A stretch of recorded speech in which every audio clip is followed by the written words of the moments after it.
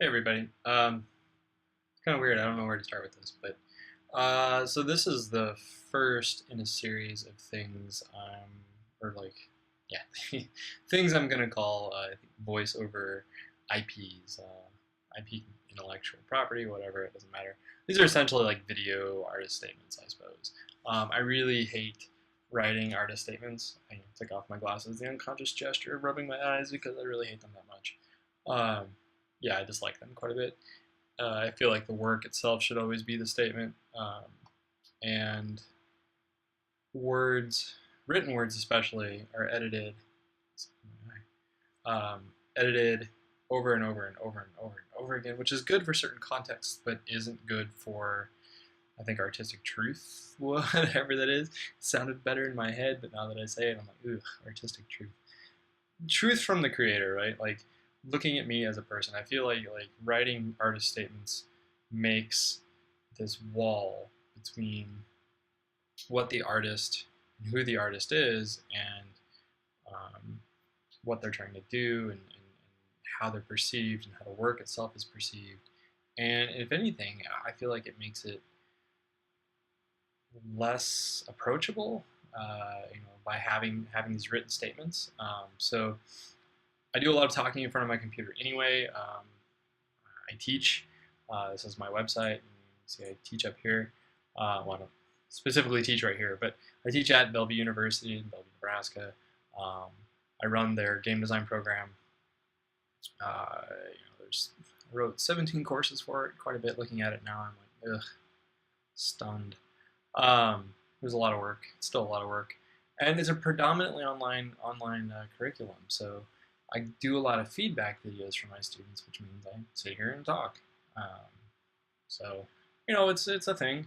I like it a lot actually. At first, I wasn't so hot on the idea of not being in an actual classroom, but this mode of teaching presents a lot of unique opportunities that you wouldn't otherwise have. Uh, but it's I don't know. It is what it is. I like it and don't like it some days for equal reasons. But um, I'm not gonna.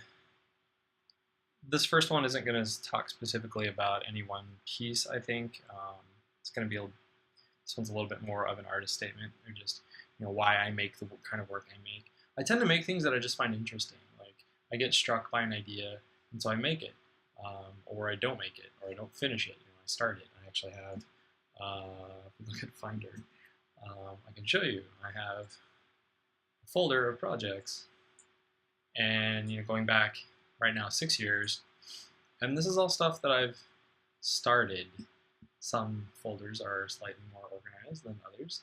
There are things I've started, and there are some things I've finished, and a lot of other things I have not. There's nothing in this folder. So it's just it is. I mean, I'm sure everyone's like this, but you never see it ever. People kind of hide the process in order to mystify the process. In my opinion, not everyone does that. I also run a blog. Run a blog. Listen to me. Run a blog. Yeah, I have a blog. Which my internet's being very slow right now because I'm also rendering a project that I'm working on. I've stretched the THX startup sound out to 10 hours, and it's going to be done in about 2 minutes. But I was getting bored. I couldn't be doing anything, so I thought I'd do this. This blog is just things I find interesting on the internet, of course, and whatever normal blogs are for. This is a pretty awesome piece. Again, in my war against words, I've redacted the majority of the words. Actually, it's just all the links. I've redacted all the links on my blog, but in pretty colors. So it's just, I don't like words. I hate typing. I hate really having to write out a lot of words. I'd rather just make little videos, as you are finding out. So I have a lot of other work besides what ends up on my blog or actual website. This stuff is stuff that I feel best represents how I want to represent myself as an artist, as a creator of things. It goes all the way back to 2008 with this piece called Winning that I did in the Netherlands.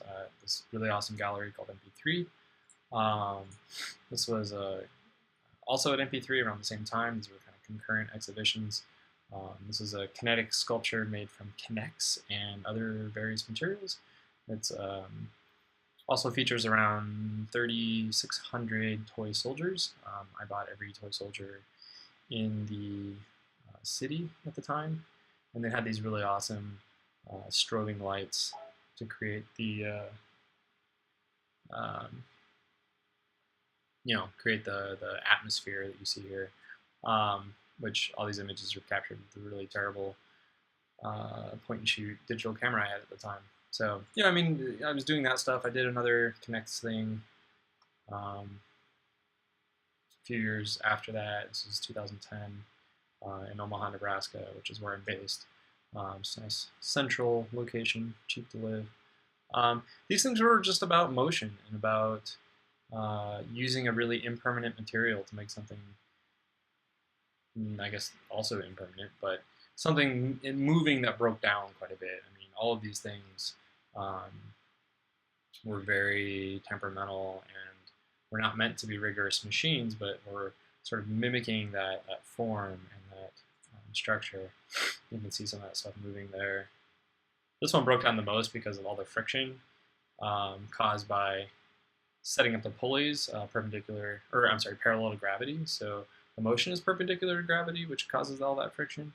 Whereas in this one, the motion is parallel with gravity, so there's very little, or at least not as much friction, and so it didn't break down nearly as much.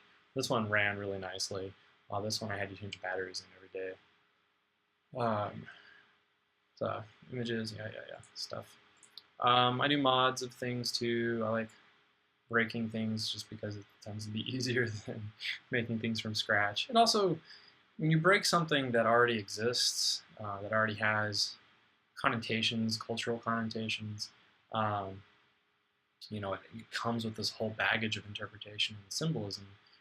You break it, it creates a whole new world. It sort of messes with your head because you're trying to understand it in this mode that you already knew it under or as, but yet you're seeing it as a new thing. And that's sort of it's